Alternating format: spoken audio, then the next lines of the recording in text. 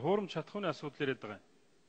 Ер нь бол энэ керосиныг маш их оруулж ирж дизелийн түвш шатхуунд холж байгаа. Өөрөөр хэлбэл 10 тонн тутамд 2 тонныг одоо керосин хийдэг. Тэрнийгээ одоо ингээд том торхон дотор доогуур ингээд хөөдрүүлэгч хийцэн. Тэргээрээ ингээд хөөдрүүлээд байж идэг. Тэгээ энэ одоо юунд хортой вэ гэхээр нэгдүгээр яг бензиний чанарыг сайжруулж байгаа. Гэхдээ буцаагаад тэр нөгөө таны унж байгаа тэр Прусийн карбюратор Porsche бол дорн болгодог. 2 жил мал одоо жишээ Прус жагсаалаас гарна гэсэн үг. Таны унж байгаа тэр Porter бол жишээ апартуур нь 1 жилийн дотор будаа болно. Эдийн засгийн хувьар маш их хортой. Одоо энэ автобусууд маш их утаа гаргана. Яаж яах вэ гэхээр тэр апартуур нь муудсан учраас хэдийгээр одоо бензинийн дизелийн түвшний чанарт нь илүү сайжрал шаталт нь өндөрч байгаа гэсэн апартуур нь муудсан учраас утаа гаргаад байгаа байхгүй. Тэгэхээр энэ бол маш их хортой. Өөрөөр хэлбэл одоо энэ эдийн засгийн хохирол нь бол тэр хөв хүн дээр очиж байгаа тэр хохирлыг тооцоход бол үнэхээр хүнд. Татврын утгаараа энэ компаниуд бол Монголд маш хортой үйл ажиллагаа явуулж байна. Би яг нарийн тоо хэлье.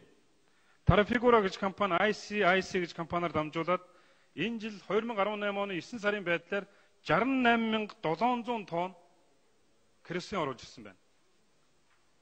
Тэрнийгээ дизелийн түвш толдог. Дизелийн түвшний онцгой татвар нь 285 мянга. Дээрээс нь 10% нэмэхээр 315 мянган төгрөгийн зөрүү гарч байгаа. Зөвхөн онцгой татврын зөрүүнөөс тэр компани 21 тэрбум 500 сая төгрөгийн ашигласан байна. Ловер хийсэн байна гэсэн үг. 21 тэрбум 500 сая. Сангийн яамны сайн бичиж аваарай. За дээрээс нь керосин дизелийн түвштэй холдог. Дизелийн түвш бол $650 одоо орж иж байгаа тонн тутам.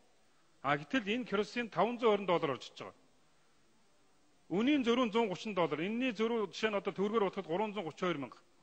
68,700 тонндоо үржүүлэхдээ нийтдээ 20 тэрбум 800 сая төгрөг үнийн зөрүү дээрээс олж байгаа. Ингээд нийтдээ 44 тэрбум 300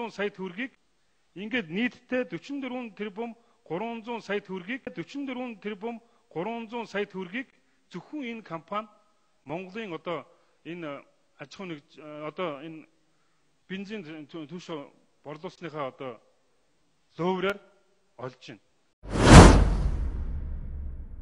Одоо тэр Miat бусад одоо компаниуд тэдний хэрэгэлдэг тестээр нь л одоо квотог бусдаар нь бүгдээр нь татвар оруулах. Тэгэхгүй бол энэ одоо 120 мянган тонн керосин Монголд орж иж шээ. Энэ хэрээр одоо монголчуудын тэр утаа мутаа дээрээс нь тэр машин дэрэг нь эвдэрч маш их хохирол учирч байгаа. Тодорхой санал гаргалаа шүү. Энэ дээр тэр хууль хяналтын байгууллагууд нь араас нь хөөцөлтөөр 44 тэрбум төгрөг гадаадын хоёрхан компани, трейдинг компани 54-5 тэрбум төгрөг ингээд ловер хийгээд явж шүү. Таныг ерөнхийлөгч бас ажиллаа хийхгүй нэг. За яах вэ? Бүгдээрээ л тэгж байгаа шүү дээ адилхан тэгээд.